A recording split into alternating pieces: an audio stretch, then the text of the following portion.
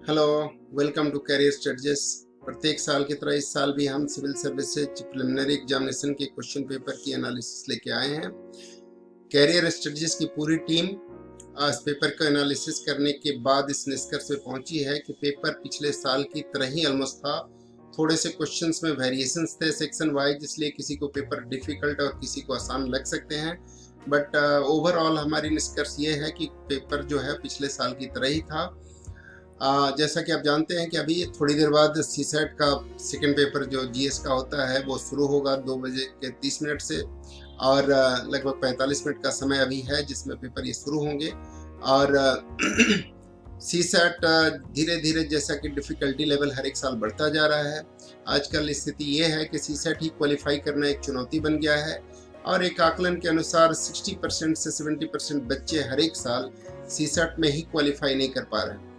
तो ये एक एग्जैक्ट डाटा नहीं है, लेकिन एक आकलन है कि इतने बच्चे जो है वो सीसेट ही क्वालिफाई नहीं कर पा रहे हैं। तो अब सीसेट पे बहुत कुछ दारमदार होगा कि उसका पेपर कैसा होगा, लेकिन स्टिल जीएस के पेपर में जो एनालिसिस है उसके आधार पे हम ये कह सकते हैं कि पेपर पिछले साल से थोड़ा सा मॉडरेटली डिफिकल्ट था।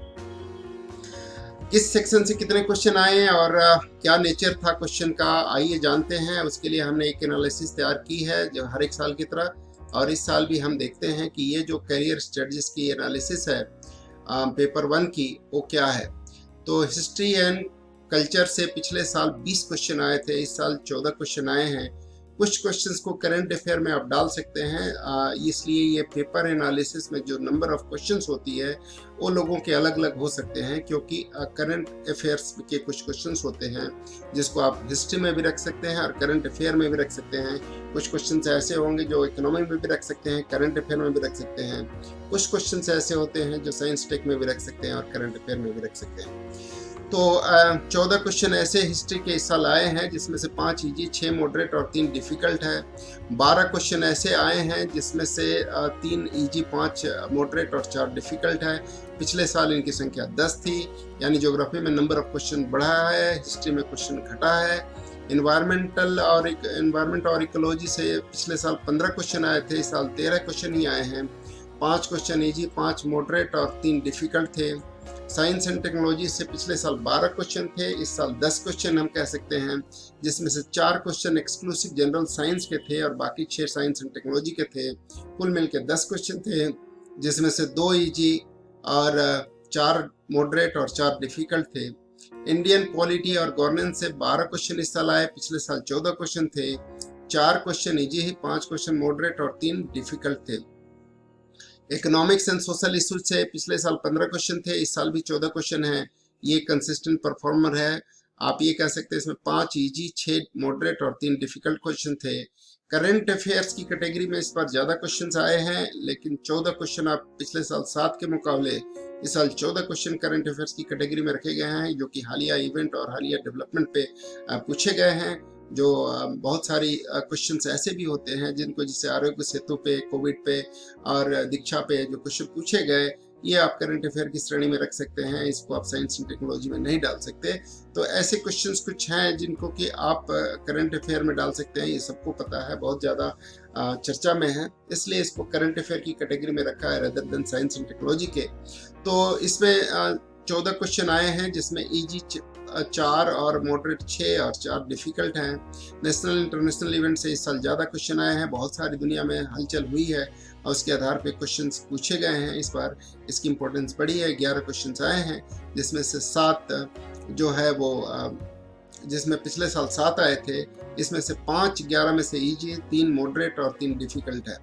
कुल मिला के पिछले साल इजी क्वेश्चन आए थे 32, इस साल 33 आए हैं, तो एक क्वेश्चन इजी ज़्यादा आया है। जबकि मॉडरेट क्वेश्चन पिछले साल 37 थे, इस साल 40 है। डिफिकल्ट क्वेश्चन पिछले साल भी 27 थे, इस साल भी 27 है। ये 27 तो डिफिकल्ट सबके लिए होता है, इसमें कोई बड़ी बात नहीं है।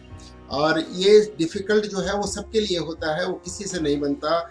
ये 27 क्वेश्चन आप 100 क्वेश्चन में से मान लीजिए कि रेयर ही बच्चे होते हैं जिनमें से इन 2-4 क्रैक कर पाते हैं, वरना ये सबके लिए लगभग डिफिकल्ट होता है। जो भी बच्चे कंपटीशन की रेस में हैं उन सब की बात हम कर रहे हैं, लेकिन फर्क कहाँ पड़ता है, इजी भी सब कर लेते हैं, उसमें से एक आध सिल्ली मिस्टेक किसी की हो जाए तो उसको भारी पड़ जाता है।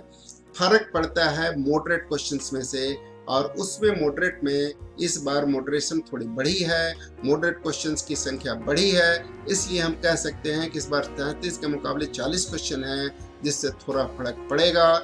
और जो बच्चे इसमें बढ़िया से कर पाएंगे वो सिलेक्ट हो पाएंगे, जो नहीं कर पाएंगे उनका सिलेक्शन मुश्किल होगा। तो अब बात जल्दी से कट ऑफ की कर लेते हैं। पिछले साल कट ऑफ जो था वो जनरल की कट ऑफ जो थी पिछले साल जो था वो 87.54 था, उसके पिछले साल 92.51 था। इस साल हमें यही लगता है कि कट ऑफ जो है 85-86 के आसपास रहनी चाहिए, इससे ज़्यादा नहीं जाएगा। और ज़्यादा से ज़्यादा 90 तक आप मान के चलिए, 90-92 अगर आपके बनते हैं तो आप सिक्योर पोजीशन में हैं, आप मेंस की तैयारी में लग जाइएगा। और इसी तरह से EWS कैटेगरी की भी अगर 80 से 82 पिछले साल 80.14 था, इस बार 82 कुछ मार्क्स तक जाने की उम्मीद है। लेकिन तब भी आपको ये सलाह देंगे कि अगर 85 से 88 के बीच में आपका स्कोर आ रहा है तो आप निश्चिंत हो सकते हैं। 2-4 नंबर इधर उधर फ्लक्चुएट हो सकते हैं। EWS के अलावा OBC का पिछले साल कट ऑफ 84.12 था, 14 था, 84.85 था, उसके पिछले साल 89 था। इस बार भी उसकी कट ऑफ जो है 86-85 रह सकती है। इतनी आप क्योंकि OBC में पढ़ने वालों की संख्या लगातार बढ़ती जा रही है और इसके कट ऑफ से लगातार हाई होते जा रहे हैं, तो यही इसी के आसपास होगा। SC में पिछले साल कट ऑफ 75.41 था, उसके पिछले साल 75.84 था। इस बार भी कट ऑफ 75 के आसपास ही रहने की उम्मीद है, इसमें कोई बहुत ज़्यादा उतार चढ़ाव नहीं होना है। उसी तरह ST के कट ऑफ में भी 70-71 के कट ऑफ आप मान सकते हैं, इसमें भी थोड़ा सा इंक्रीज हो सकता है। 870, 71, 72 इस तरह का कट ऑफ होगा। फिजिकल हैंडीकेप्ड वाले की कैटेगरी में भी जो 1 कैटेगरी का है उनके 70 नंबर मान लीजिए, जो 2 कैटेगरी के हैं उनके भी 70-68 मान लीजिए, जो कैटेगरी 3 में है उनके 45-50 से 46 नंबर आए तो वो सिक्योर मान सकते हैं। कैटेगरी 5 में जो लोग हैं वो भी 45-46 नंबर आने पे सिक्योर हो सकते हैं। तो ये जो है था हमारा ब्रीफ आइडिया है कट ऑफ का, जो हमने काफ़ी एनालिसिस के बाद, क्वेश्चन पेपर के एनालिसिस के बाद और अपने टीम के लोगों से डिस्कशन करने के बाद तैयार की है। उम्मीद है आप इसको एक गाइडलाइन मान के चलेंगे और इससे 2-4 नंबर अगर आपका ऊपर नीचे आ रहा है तब भी आप अपना धैर्य न खोएं, निराश न हो, क्योंकि 2-4 नंबर फ्लक्चुएशन हो सकती है और आप मेंस की तैयारी में इसके अराउंड है आपका कट ऑफ, तो आप लग सकते हैं। और यही सारी हम शुभकामनाएं हैं हमारी। अगले पेपर के लिए बहुत बहुत शुभकामनाएं। अभी से लगभग बच गया है 35 मिनट। आप पेपर करें, आप पेपर की तैयारी करें, एग्जाम हॉल में आप लोग घुस गए होंगे। जो अभ्यर्थी इस साल परीक्षा नहीं दे पाए हैं वो ये वीडियो को जरूर देखेंगे और देखने के बाद वो अपना कंक्लूजन निकालेंगे। क्वेश्चन पेपर का जहाँ तक सवाल है तो क्वेश्चन पेपर जो है हमने एनालिसिस की है और उसका डिटेल सॉल्यूशन आपको देर रात तक हम जरूर उसको वीडियो बना के देंगे।